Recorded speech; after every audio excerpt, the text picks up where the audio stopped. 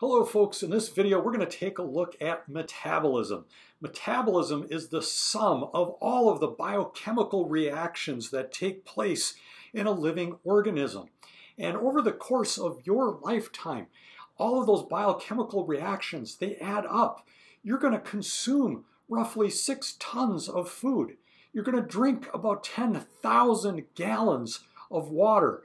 And during the course of your lifetime, all of that food is going to get converted into energy and into growth.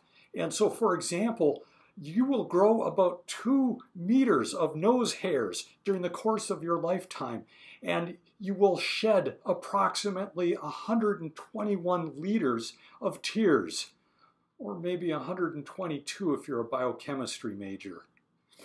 Now, all of these biochemical reactions of metabolism can be broken into 2 main parts: catabolism and anabolism. So catabolism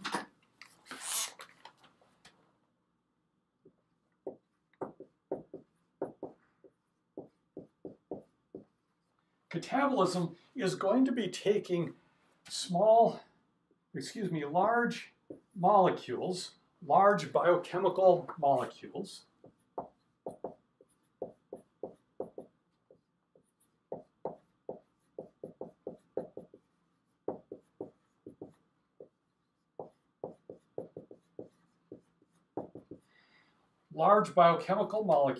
and we are going to convert them, break them down into smaller pieces. So smaller pieces like this, so smaller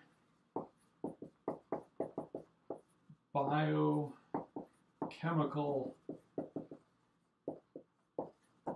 molecules.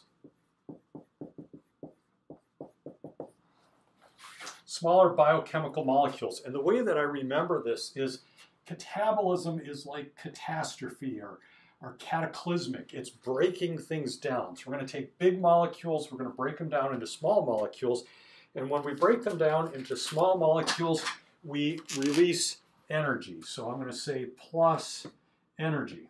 And when I think of energy, just chemistry shorthand, I just put an E with like an arrow over the top. That's just my shorthand for energy.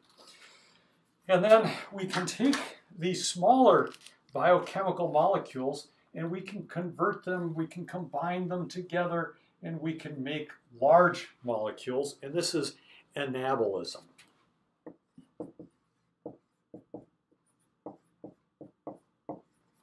Anabolism. And the way I think of this is, if you think of like anabolic steroids are going to be taking muscles and making them bigger. So we're taking small pieces here, we're combining them together to make larger molecules. Anabolism.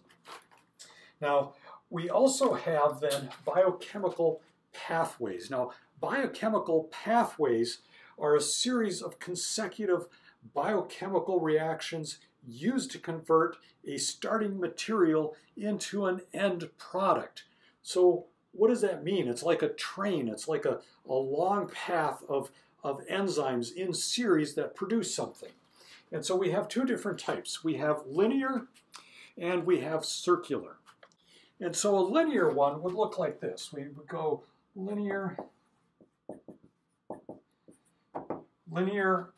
a linear metabolic pathway, and we're going to start out with something like, say, a substrate A, and then we're going to have an enzyme that'll convert it into something else, B, and then another enzyme, C, and then another enzyme, and D, okay? And so we would call these things like enzyme 1,